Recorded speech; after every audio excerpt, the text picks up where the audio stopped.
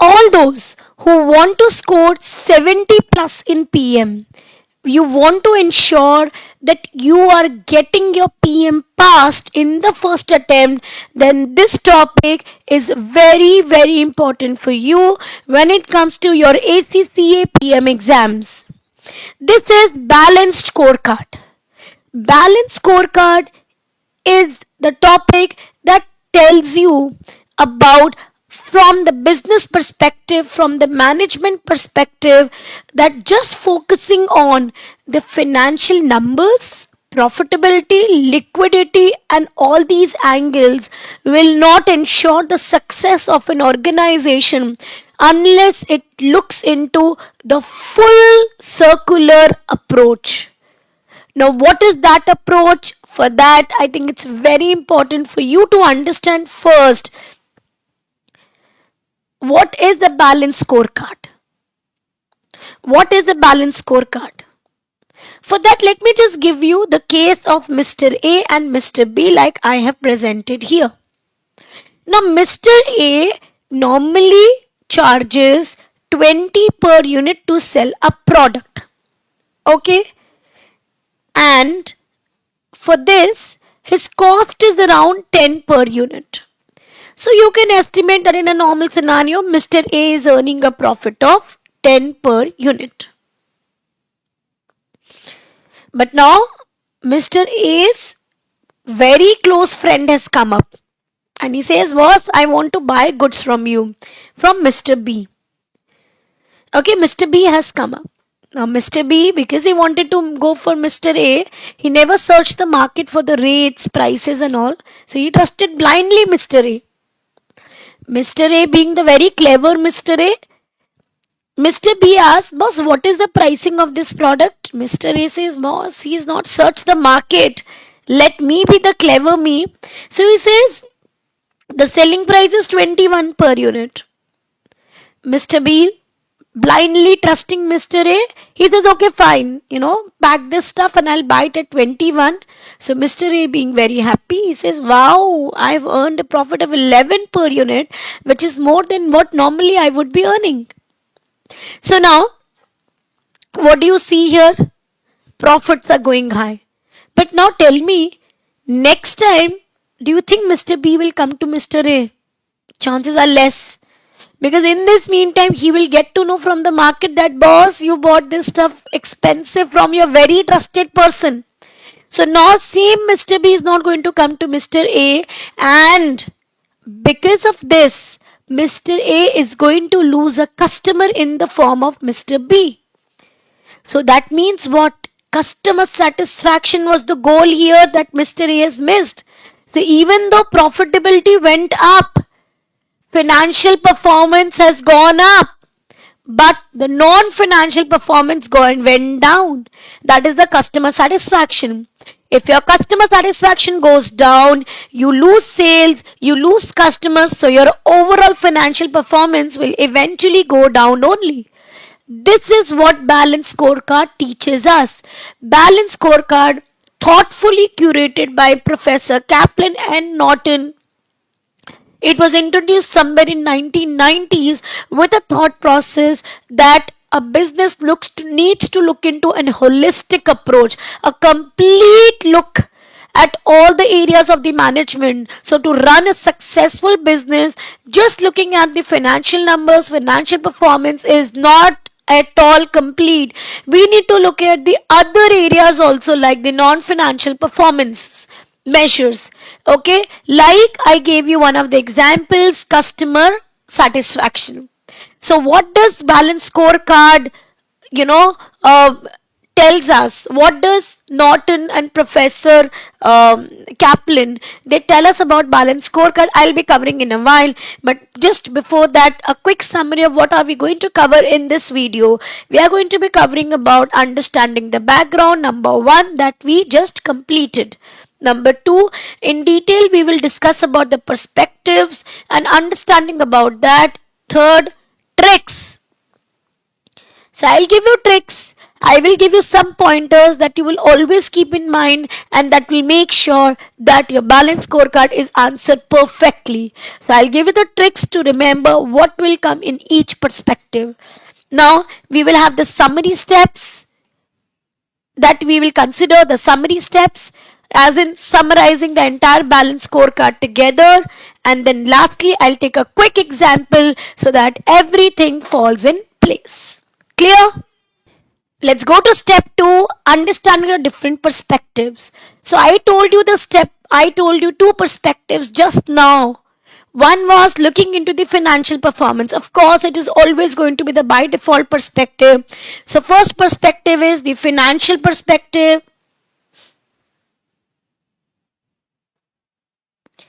The second perspective that we just discussed, customer perspective. The third perspective is internal processes perspective, that is business processes perspective. Fourth is learning and innovation, also including growth, this perspective. Let's quickly deep dive into all these and understand what is the relevance of all these perspectives. Financial perspective, like we've just discussed, financial perspective will focus on how to ensure that we maximize the shareholders' wealth, because it's the shareholders who invested their money into the business, then they are always looking for maximizing the returns. So it's the duty of the management to ensure that the shareholders' returns are maximized. Next, customer satisfaction. So here we aim at maximize the customer satisfaction, ensuring that there are lower complaints or there are no complaints, no defects, and customer is overall satisfied. Because satisfied customer means good financial performance, good sales, returning customers, the customers that return back, and so of course financial performance will also improvise with it. Third, internal business perspectives. Now here I can take an example, like for example, I talk about how much time will it take for my entity to deliver goods to the customer. See, the less the number of days, by maintaining the quality, it would make sure that your customer receives your products early. So, of course, he's satisfied. When he is satisfied, your sales will improve. When they improve, your financial performance improves. So, everything is interlinked, my friends. Now, one more example. You order your goods on Amazon. We all order, right? Every daily basis, we order goods. And it says that your delivery time is expected by 3 days. And you receive your products early in 2 days. What is your reaction? With the same quality, and you like the quality, you like everything about that. So next time when you want to order, you will immediately open Amazon, because in your back of the mind, you will know that yes, they deliver early. So you are satisfied, and when you are satisfied, company always has improvised profitabilities. So what is important focus area here? That every business should try to keep improving its internal processes. The more efficiency it brings here, the better is the customer perspective, the better is the financial perspective. Now you can see the linkages like this.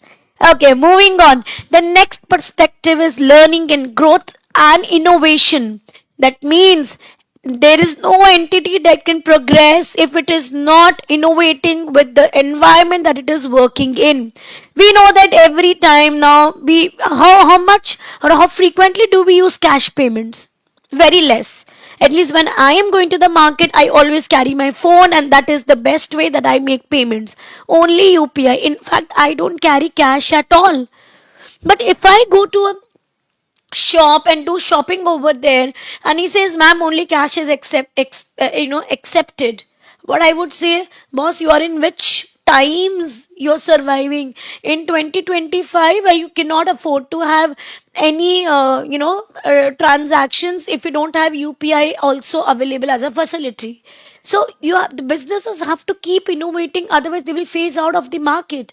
Companies like Fiat, they phased out because they could not innovate themselves with the trends. Nokia, the ones that was in demand, now you can see them phasing out gradually in the different categories because they were not able to cope up with the technological advancements. So every business has to keep innovating. For innovating, what they do, encourage staff to do more patents, to have innovative ideas, to give them more training. Because let's say I want to develop, I want to bring a new change in my internal processes. I want to have installation of a new software to do the work. But how can I do the software usage if my staff doesn't know about it? So innovation and learning and growth are very essential for every businesses to bring a change in their processes as well. So like staff upskilling, training is very essential. So you can see the four perspectives, how they are interlinked. If my staff is better skilled, upskilled, of course it will bring more improvements in the processes that we are introducing in our entity, so that the internal processes, controls, they all improve. When they work more efficiently, we can better satisfy our customer, and if my customer is satisfied, it leads to re-return of customers, more sales, more profits, and so maximizing the shareholders wealth. All these points are interrelated, and these are the four perspectives that are suggested in balanced scorecard.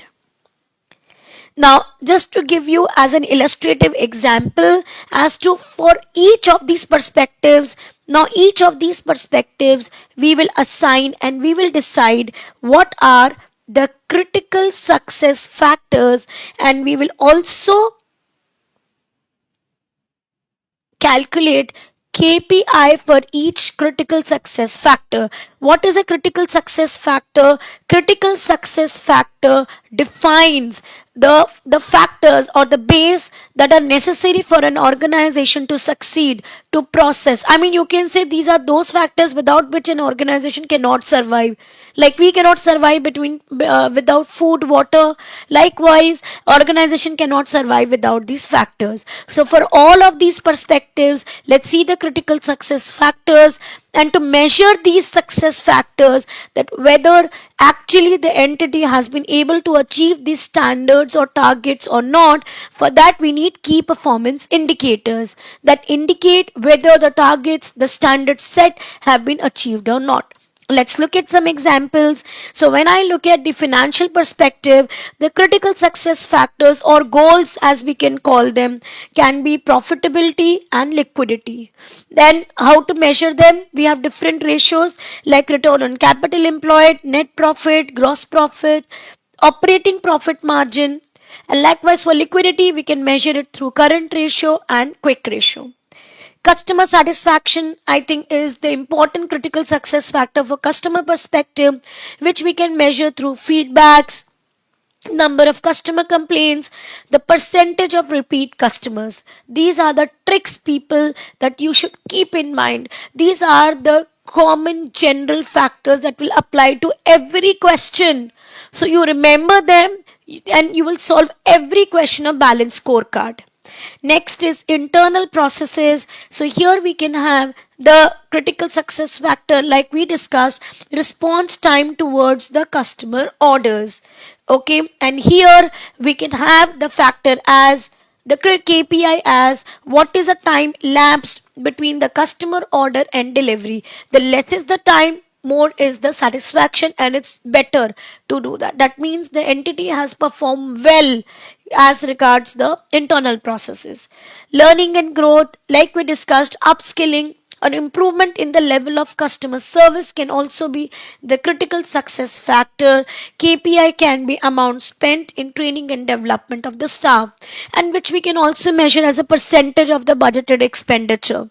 Right? So these are the pointers, general points that you should keep in mind, and you can solve every balanced scorecard question with it. So don't forget these tricks that we have done in relation. Now, summarizing the steps in balanced scorecard that we just covered, guys, let's have a quick recap so that we have hold of this topic entirely. establishing the four perspectives, step 1.